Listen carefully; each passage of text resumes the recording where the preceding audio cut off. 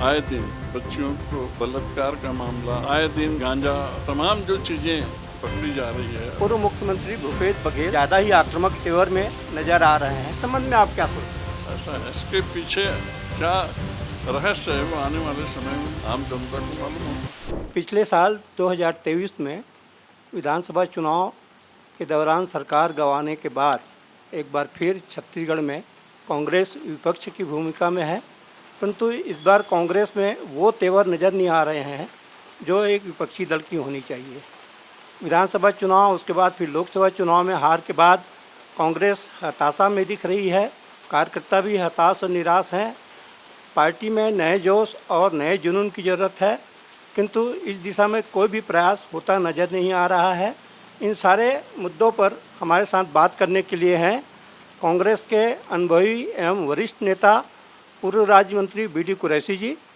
कुरैशी जी, आज कांग्रेस में जो वर्तमान हालात हैं उस पर आपकी क्या राय है? इस प्रकार की एक्टिविटीज़ होनी चाहिए, एक अपोजिशन का जो रोल होना चाहिए, ये बात सही है कि उसमें कुछ कमी है। और कमी होने के कारण जिस प्रकार से प्रदेश के अंदर आए दिन जो बच्चियों को बलात्कार का मामला, आए दिन गांजा, तमाम जो चीज़ें पकड़ी जा रही है, और इसमें कोई सभी ऐसा दिन नहीं होता है कि अखबार उठा के आप देखो कोई ना कोई ज़िले में, छत्तीसगढ़ के कोई ना कोई ज़िले में गांजा पकड़ा गया, तो कहीं नक्सलाइट के मामले को लेकर, तो कहीं पर एक्सीडेंट से लोग मर गए।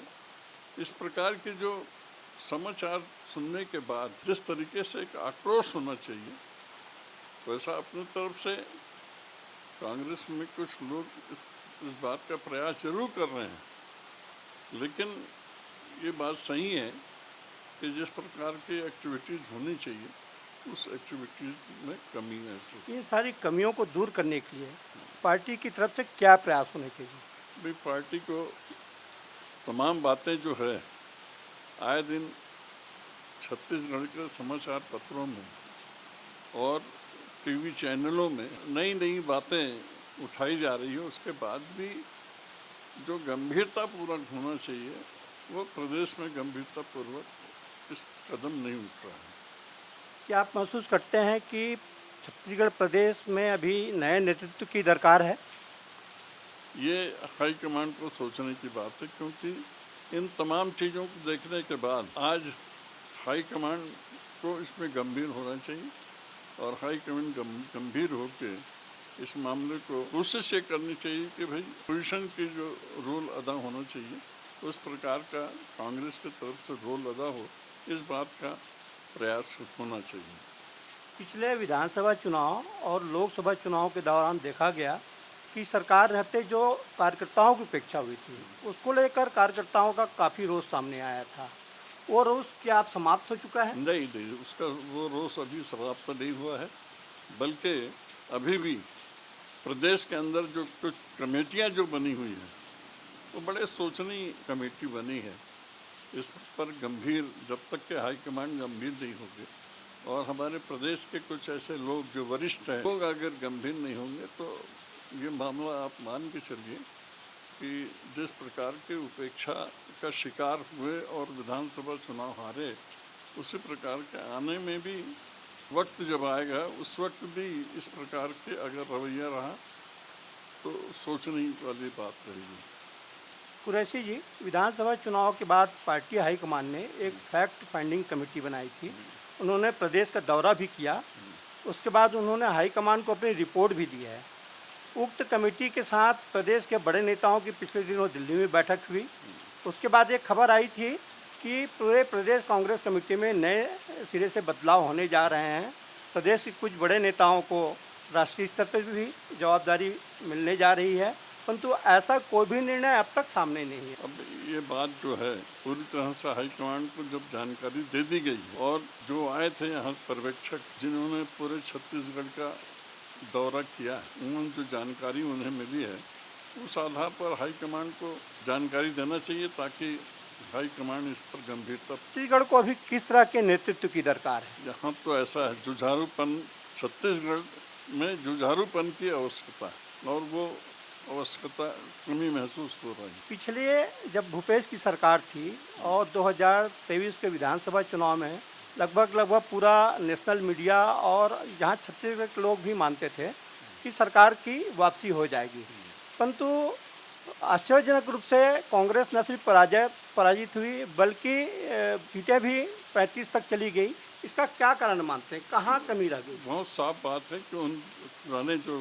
कांग्रेस के कार्यकर्ता हैं उनकी उपेक्षा की गई और उपेक्षा के करने के कारण जिस प्रकार का यानी पूरे प्रदेश के अंदर आप शहरी बेल्ट में आप देख लीजिए कि किस प्रकार से चुनाव हारे हैं, यानी कल्पना नहीं कर सकते थे इस प्रकार का वातावरण बना।